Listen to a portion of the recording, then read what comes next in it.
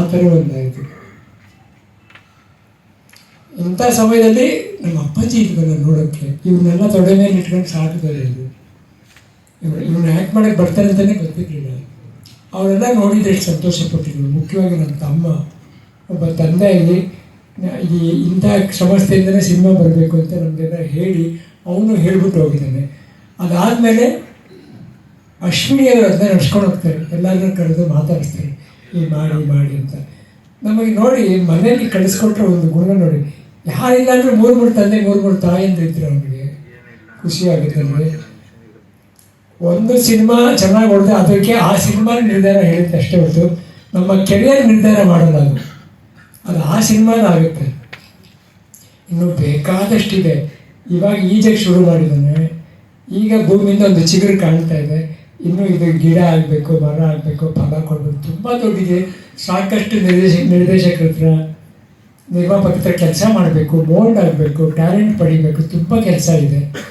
But ಮೊದಲನೇ ಹೆಜ್ಜೆ ಇದೆಯಲ್ಲ, ಮಕ್ಕಳು ಕಲಿಯೋ ಏಜ್ ಇದೆಯಲ್ಲ, ಅದು ಒಳ್ಳೆ ಸಂಸ್ಥೆಯಿಂದ ಒಳ್ಳೆ ಸ್ಕೂಲಿಂದ ಆಗ್ತಾ ಇತ್ತು. ನಂಗೆ ತುಂಬ ಖುಷಿ ಆಯಿತು. ಅವನಿಗೆ ಕಲಿಸಿ ಕಲಿತ ಮೇಲೆ ಬೆಳೆಸಿ. ನನಗೇನು ಅವನಲ್ಲಿ ಏನು ಇಷ್ಟ ಆಯಿತು ಅಂದರೆ, ಸಿನಿಮಾದಲ್ಲಿ ಆ್ಯಕ್ಷನ್ ಇಷ್ಟ ಆಯಿತು, ಫೈಟ್ ಇಷ್ಟ, ಇದೆಲ್ಲ ಬೇರೆ. ನನಗೆ ಅವನಿಗೆ ಕಲಿಬೇಕು ಅನ್ನೋ ಒಂದು ಆಸೆ ಇದೆ. ಏನು ಬೇಕಾದ್ರೂ ಮಾಡ್ತೀನಿ, ಮಾಡ್ತೀನಿ ಅಂತ ಒಂದು ಆಸೆ ಇದೆ. ಇದು ಒಬ್ಬ ಡೈರೆಕ್ಟ್ರಿಗೆ ತುಂಬ ಮೆಚ್ಚುಗೆ ಆಗುವಂಥ ವಿಷಯ. ಏನು ಹೇಳಿದ್ರು ಮಾಡ್ತೀನಿ, ಕಷ್ಟಪ್ಪ 1 ಸಲ 20 ಸಲ ಮಾಡ್ತೀನಿ ಅಂತ ಆ ಒಂದು ಆಸೆ ಇದೆ. ಈ ಒಂದು ಗುಣ ಇದೆ. ಇದು ನಮ್ಮ ತಂದೆ ಗುಣ. ನಮ್ಮ ತಂದೆಗೆ ಯಾರೋ ಕೇಳಿದ್ರು, ಅಣ್ಣ ನೀವು ಆ್ಯಕ್ಟ್ ಮಾಡೋಕ್ಕೆ ಶುರು ಮಾಡಿದಾಗಿಂದ ಯಾರು ನಿಮ್ಗೆ ಸೋಲ್ಸಿಲ್ಲ ಅಂದರು.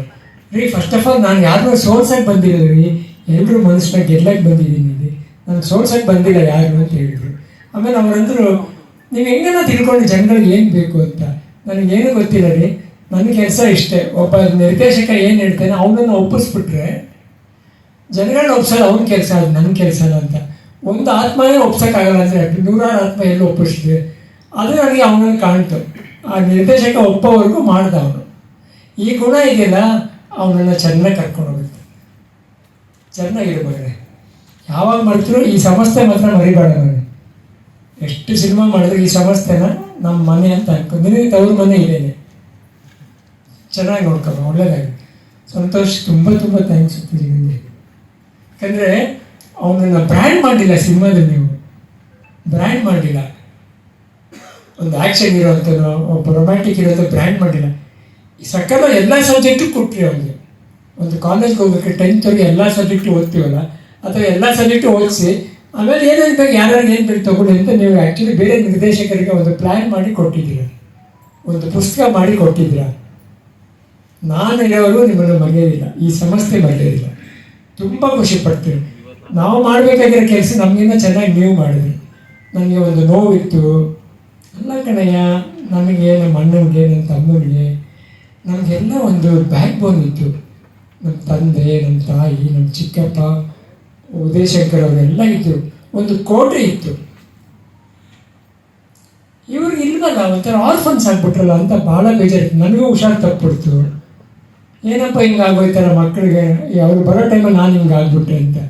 ಅಂಥ ಟೈಮಲ್ಲಿ ನನ್ನ ತಮ್ಮ ಕೈ ಹಿಡಿದು ಇವ್ರಿಗೆ ಒಪ್ಪಿಸ್ಬಿಟ್ಟು ಹೋದಲ್ಲ, ಇದು ನಮ್ಮ ಶಕ್ತಿ, ಇದು ದೇವರೇ ಮಾಡಿದಂಥ ಒಂದು ಆಶೀರ್ವಾದ. ಇದು ಈ ಆಶೀರ್ವಾದ ಅವನ್ನ ಚೆನ್ನಾಗಿ ಬೆಳೆಸುತ್ತೆ.